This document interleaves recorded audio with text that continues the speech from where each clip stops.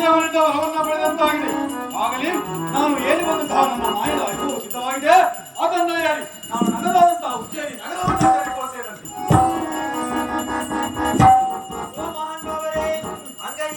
ತಂದಿರಿಸಿಕೊಂಡಿದ್ದೇನೆ ಮಂದಿರದಲ್ಲಿ.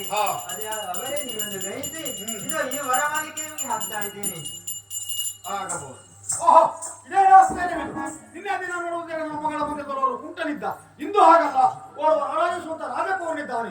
ಯಾರಿಗಬಹುದು ಆತನ ವ್ಯತ್ಯಾಸ ಯಾವ ತಾವು ಯಾವ ರಾಜ್ಯವೂ ತಮದು, ಯಾವ ರಾಜ್ಯವೂ ತಮದು, ಯಾವ ಪುರಾವಯ್ಯ, ಯಾವ ಪುರಾವಯ್ಯ ಎನ್ನುತ್ತ ಕೇಳನು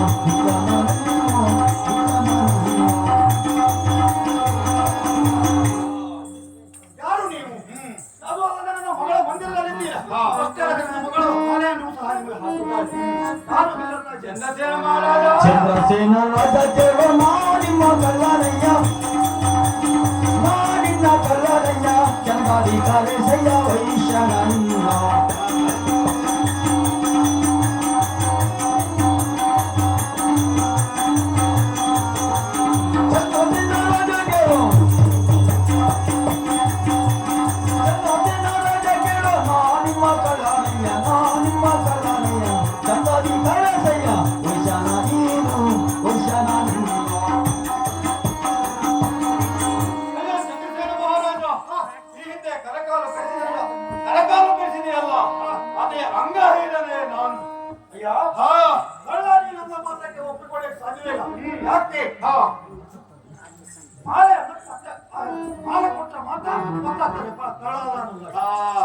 ಅಲ್ವಾ? ನನ್ನ ಕಳ್ಳ ಎಂಬುದಾಗಿ ಹೇಳಿದ್ದಾರೆ. ಇದೆ ಹೇಳುವಂತಹ ಸ್ಥಳ ಇದಲ್ಲ.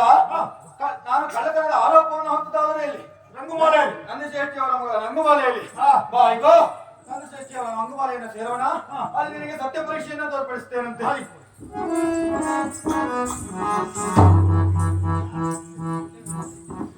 ಪರಮಾತ್ಮ ಶನಿದೇವ ಒಂದೊಂದೇ ಮುಕ್ತನ್ನ ಯಾವ ರೀತಿಯಲ್ಲಿ ಕರಿನಲ್ಲಿ ಕಟ್ಟಲ್ಪಟ್ಟಂತ ಹಂಸ ಪಕ್ಷಿಯು ನುಂಗಿತ್ತು, ಅದೇ ರೀತಿಯಲ್ಲಿ ಒಂದೊಂದೇ ಮುತ್ತನ್ನ ಉಗುಳುವಂತಹ ದೃಶ್ಯವನ್ನ ನನ್ನ ಕಣ್ಣಾರೆ ತೋರ್ಪಡಿಸು ಪರಮಾತ್ಮ, ಕಣ್ಣಾರೆ ತೋರ್ಪಡಿಸು. ನೋಡಿದ್ಯಾ ಮುತ್ತಿನ ಹಾರವನ್ನ? ನಂದಿಶೇಷ್ಟಿಯವರ ಮಗಳ ಮುತ್ತಿನ ಹಾರ ಆಗಿದ್ರೆ ಕೊಟ್ಟು ಬಿಡು ಅವಳಿಗೆ. ಅಯ್ಯ ಕಳ್ಳ ನೀನಲ್ಲ, ಅದು ಸ್ಪಷ್ಟವಾಯ್ತು ಅಲ್ವಾ? ರಾಜ ಕೂಡಲ್ವಾ? ಯಾವ ರಾಜ್ಯದಲ್ವಾ? ಯಾವ ರಾಜ್ಯವೂ ತಮದು, ಯಾವ ದೇಶವಯ್ಯ, ಯಾವ ದೇಶವಯ್ಯ ಎಲ್ಲಿಂದ ಬಂದಿರಿ ಕೇಳಯ್ಯ ನೀನು.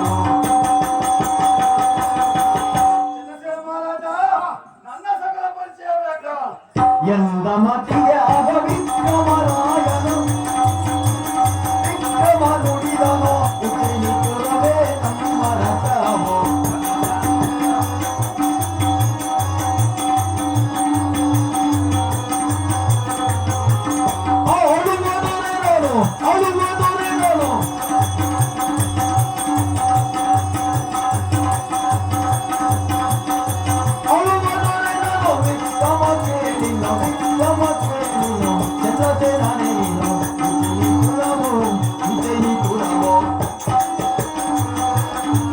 ಅಯ್ಯೋ ಚಂದ್ರಸೇನ ಮಹಾರಾಜ, ಅಯ್ಯೋ ನಾನು ಯಾರೆಂಬ ಪ್ರಶ್ನೆನ ಕೇಳ್ತಾ ಇದ್ದೀಯಲ್ಲ? ಸತ್ಯ, ಈ ಹಿಂದೆ ನೀನು ಕಪ್ಪವನ್ನ ಯಾರಿಗೆ ನೀಡುತ್ತಿದ್ದವ? ಉಜ್ಜಯಿನಿಪುರದ ಅರಸ ರಾಜ ವಿಕ್ರಮನಿಗೆ ನೀಡುತ್ತಾ ಇದ್ದೆ ಅಲ್ಲವಾ?